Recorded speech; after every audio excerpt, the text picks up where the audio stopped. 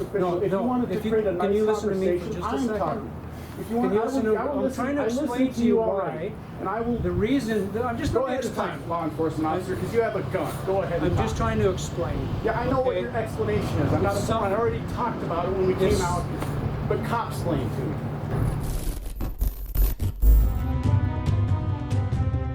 Demanding accountability and defending your rights against the police specifically, and the government generally, are difficult and dangerous tasks.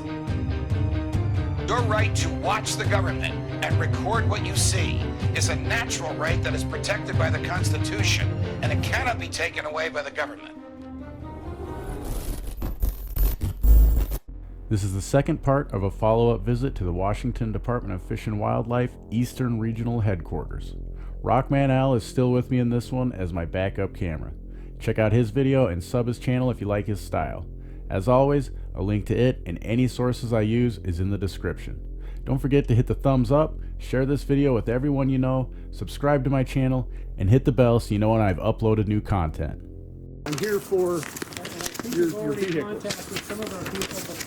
We were at the Spokane Sheriff's Office Training Center. Yeah. I think you've already asked about all this stuff. Yeah, and he informed me that the Washington State Patrol chief had granted you guys an exemption for your senior officials, like your sergeants, your senior law enforcement officials. Well, okay. Sergeants aren't actually command staff. Well, he's senior kind of people. That's which under the RCW there is a little bit of gray room for like counties and cities within the state of Washington, but not state entities. There's no gray area. So I have here, so you guys are clear and you guys can get this set straight. I have here the actual law, and here's where he cited. This first part I've highlighted. This is going to be your copy. So that first part is where it establishes how you have to mark the vehicles. Okay. And after that, these are all the exemptions. Okay. So the one he has cited is this one right here, the Washington State Patrol. And you can see it doesn't say anything in there about Washington Department of Fish and Wildlife. I don't mean this entire exemption. There's 2 pages. There's another just a little bit. I'd have to dig that information back up. I don't have it on the tip of my fingers, but yes, we do have vehicles. Obviously, my patrol vehicle out there is, if you want to call it unmarked, it doesn't have a decal on the outside, but it does have emergency light. If you want to call it unmarked, this is what is so disturbing about these order followers. I can just about guarantee Dan knows any law that he can write me a ticket for, forwards and backwards. Yet when it comes to the laws the state has to keep him and his corporate thugs in check, he doesn't bother himself with the details or even having proof on hand in his vehicle that it is exempt from having the proper markings. Something tells me if this law applied to us, we would have to have our exemption with the vehicle at all times to present for inspection if necessary. So you understand that as an armed enforcement agent of our government, you put the public, you're supposed to be protecting and serving the public, correct? As an enforcement agent of our government. So by having an unmarked vehicle, you guys claim and use them to, catch us criminals that might be not to me, but a criminal out in public that might be, maybe fishing without a license because you guys can drive by and they won't see the decal on something. And that's how you guys justify it. That's how every other enforcement agency justifies it. But the point is, the law is to protect the citizens. Because the citizens are, well, that's what I'm going to explain to you. So the citizens are at risk because it's really easy for someone to go to an auto parts store or online and have some light bars like you guys have on these vehicles shipped to them. They can install them themselves. You have someone else install them. And that's all they have to have. And they could go to a Halloween costume store and buy something like this, maybe stitch on something a little more. It makes it really easy for someone to impersonate a law enforcement agent. And I've actually been over the past couple of weeks just searching on Google every other day to see. And I found, so the past 2 weeks, there's been 5 different times across the nation people are impersonating law enforcement agents in unmarked vehicles because it's easy. So how does a badge on the side of a vehicle? It seems like the way you just described, if somebody can impersonate the uniform and put lights on their vehicle, what's the difference of putting a... I'm just asking because you say, well, no, so I'm just saying somebody could do that too with computers on every day. So they have to do.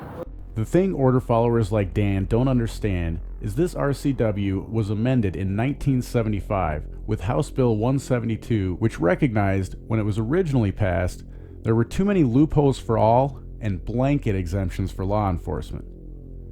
In the bill analysis dated March 5, 1975, it states the object of the bill is to provide for uniformity of markings on public vehicles and to control and limit the use of confidential plates and unmarked cars. In a second analysis of the bill after it was amended, dated April 16, 1975, the intended effect of the bill pertaining to unmarked vehicles reads, specifies the conditions under which the requirement for identification may be waived as being confidential or undercover investigative purposes. A memorandum to the Legislative Budget Committee, January 31, 1975, regarding House Bill 172, states a review of the state agency compliance with the marking requirements of the RCW found they were not being followed. My point is, in 1975, the state legislature looked at RCW 46.08.65 and determined it wasn't effective or being adhered to. An amendment was drafted clearly establishing goals of making unmarked vehicles only available for confidential investigations and undercover work. Yet these law enforcement agencies continue to ignore the law and its intentions as they did before. They abuse their power and the cult-like following America has for its law enforcers to justify using vehicles made unlawful for patrolling to be more effective in their extortion racket for their governing body. To go through to really show that they are impersonating, and you guys would think that, especially wildlife department agents, looking at your website and look at everything you guys really claim, look, we're out there fighting for you guys, we're protecting your resources, all this stuff. You would think you'd be proud of that. Like, look, dude, bam, I own this, man, it's my shield right here. But you guys don't, you hide it, you just want to be able to get some money from it. Because the law, and regardless, the law requires you to have it marked in that way. If it were required, I'd have it marked.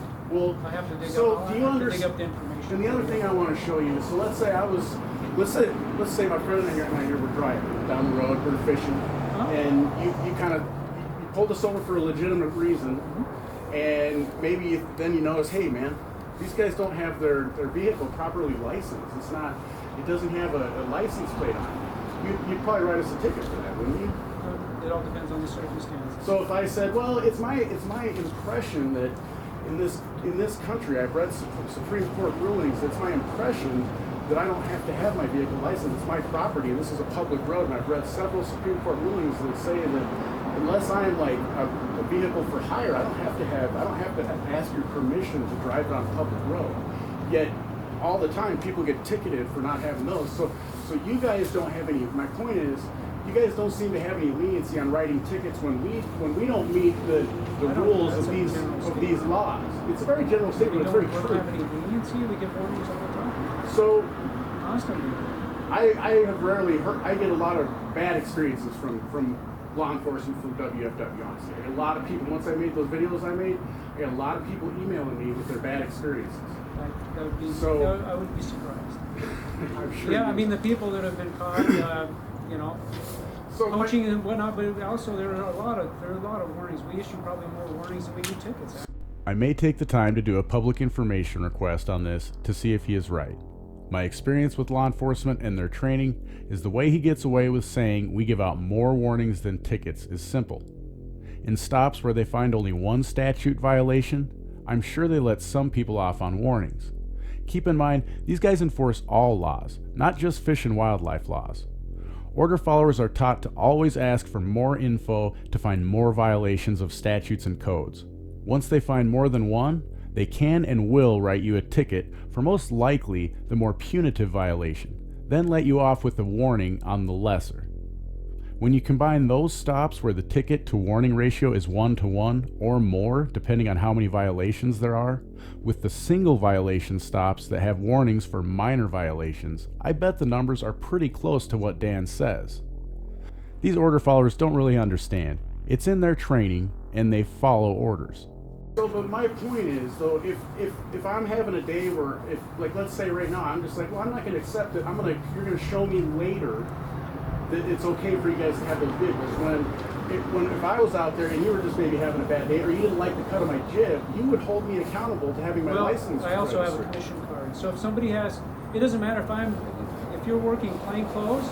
Yeah. I don't have all the uniform on or anything. If I'm working plain clothes and undercover deal, but when I contact somebody as official life officer, I show them my commission card. Well, that's fine, but my Okay, point so if you is, walk up on a vehicle that you had stopped, they're concerned or whatever, just show them our commission So card. my point is, if you have a commission card, that regardless, you're breaking the law and you're saying it's okay.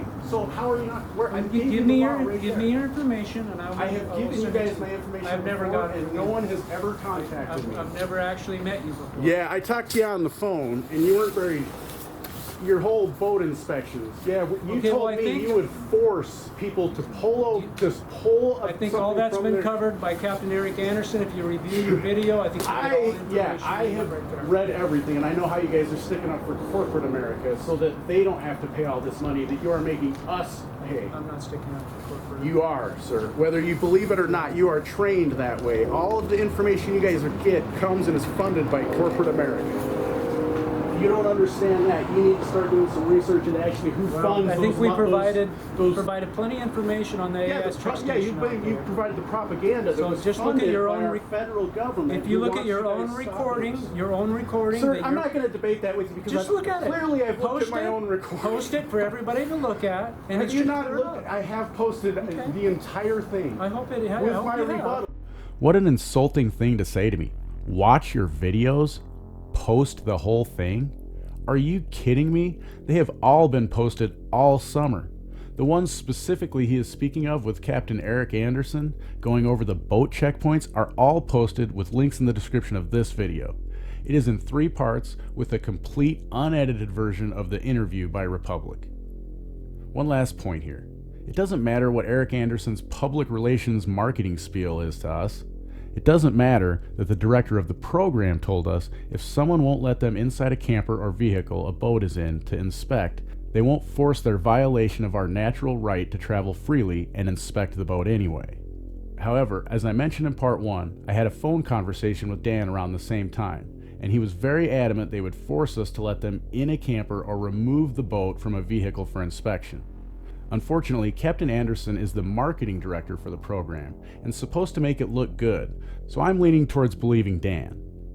If there is an enforcement agent on hand, there's a good chance the seizure of property will be forced. And I haven't looked at it. So one of the things Captain Anderson said, so I have 2 emails. This one is the one I'll be able to get. Questionable authority at protonmail.com. That's how you can contact me. I'd like any kind of exemption. Questionable authority at Proton. Yeah, any kind of exemption you guys have received for those that's lawful, I'd like to get a copy of that so that I can see that. If I have to do a public information request, that's fine. If you guys can just forward it. You can do a PDR if you want. What? I mean, I don't wanna- I'm do you have saying a I will phone if I number have that to. I can? No, I mean, I don't have a phone number for what I do. I have a personal phone number, but it's not for this news organization. So, all right. Do you want to? I can give you a phone call and email. Or just want to email it. I'm just saying if I want to try to have a discussion with you, Well, I can't have a it's not discussion. really a discussion. It's either you're breaking the law or you're not. So if you have a proof of a lawful exemption, you can just email that to me. I think all this information's already been provided to you when No, you're out at the nothing. Spokane Training Center. All that was provided to me there, you can watch the entire video online, at that right there. All that was provided to me was, he said, it's my understanding that the Washington State Patrol chief had granted us an exemption. So that's why I provided that, as it says nowhere in there does the chief can do that. But wasn't there some information provided to you on our legal counsel in Olympia? Nobody has contacted me about Okay. anything. And there's nowhere, you guys, I know how you guys try to skirt the law. And this is my point, is you guys, I don't try and skirt the law. you I don't, enforce the because law. someone hands you this truck, and you just say, okay, this is the truck they gave me, and I'm gonna drive it. I know how it works. And so you think because your superior gave it to you, it's a legal vehicle. But the problem is, then what you say is, well, you need to take this up with my superiors. Well, the superiors are the ones I'll get creating back with you. these gray areas to get around a legal part of the law. These laws apply to you guys, not people. We are free people in this country. So if I'm sending it to this email, what is your name? Well, you don't need my name to It's send me an email. I believe I recall I mean, yeah, it's on my- you and the other why, people do you know want about to tell it. me your name? I don't trust you guys at all. I value my I privacy. think you and I have talked on the phone before. I value my privacy.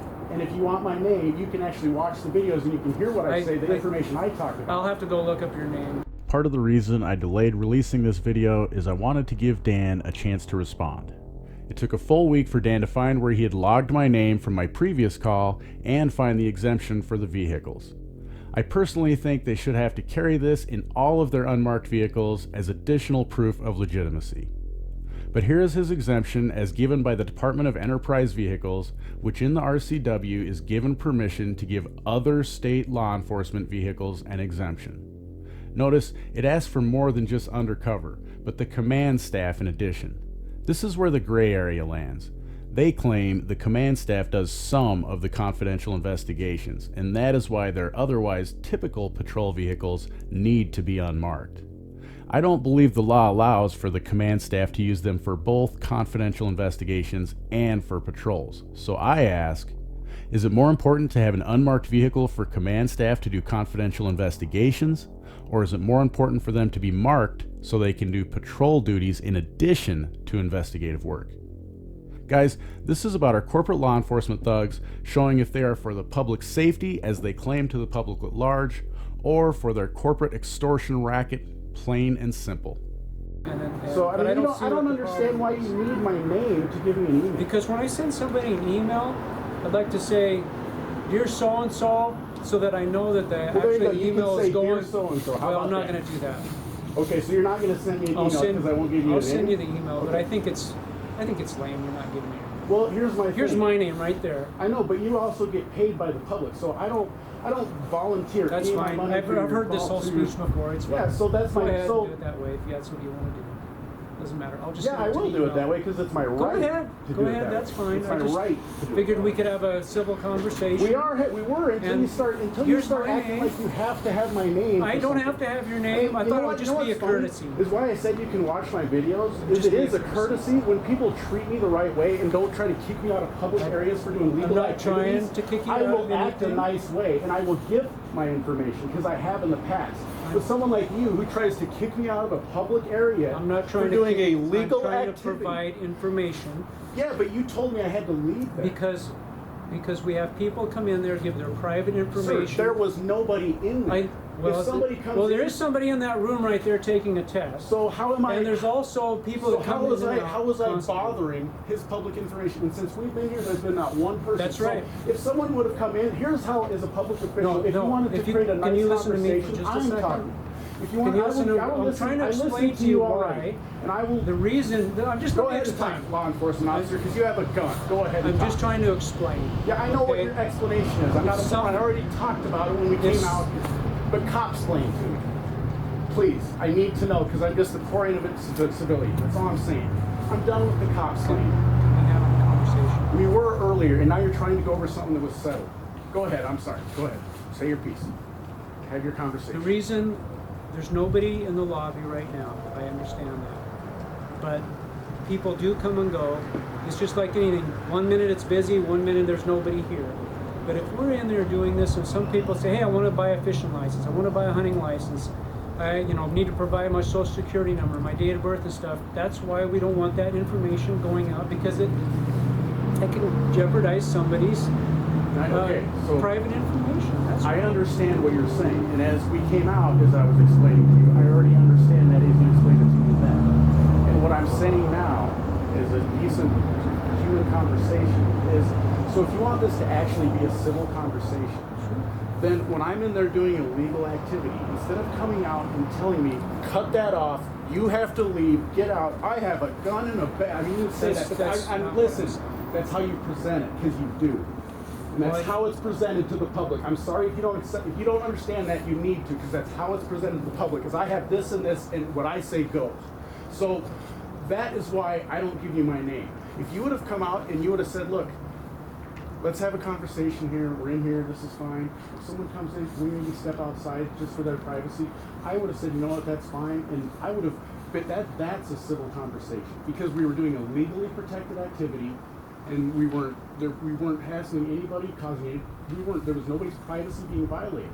But you told us we had to shut down from jump, so that was my problem, and that's why I won't give you my name. Like I said, That's okay. I already know who you are anyway. I'm sure you do. So because you got all this phone stuff. No, because we've talked on the phone before.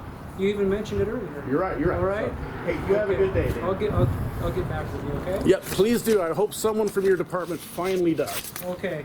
Because nobody else has. And I've been very nice to everyone. You know, I will say that's Eric, that's one of the things he said as I've gone over it in my video a lot is, you know, he said I went out there to the boat inspection place and, hey, what, you guys are starting getting cameras in my, dude, I stood back from everyone. They approached me. I hope you put it in a person's shoes that is a technician. I understand. That doesn't make a lot of money. And I all of a sudden, understand. somebody puts a camera in their face. I and do says, get it. You're violating citizens' rights. You're I violating get it. I get it. It's a little daunting. Let me get this right, order follower. You send low-level technicians out, tell them to violate our rights, don't pay them much, and then tell me, because they're low-level and not paid much, I don't get to question what they're doing? I have a few words for that my mom wouldn't approve of me saying. So instead, let me show you the interaction he's talking about, and you decide if I had the camera in her face and acted like he said I did. Please don't go in there, that's not open to the public.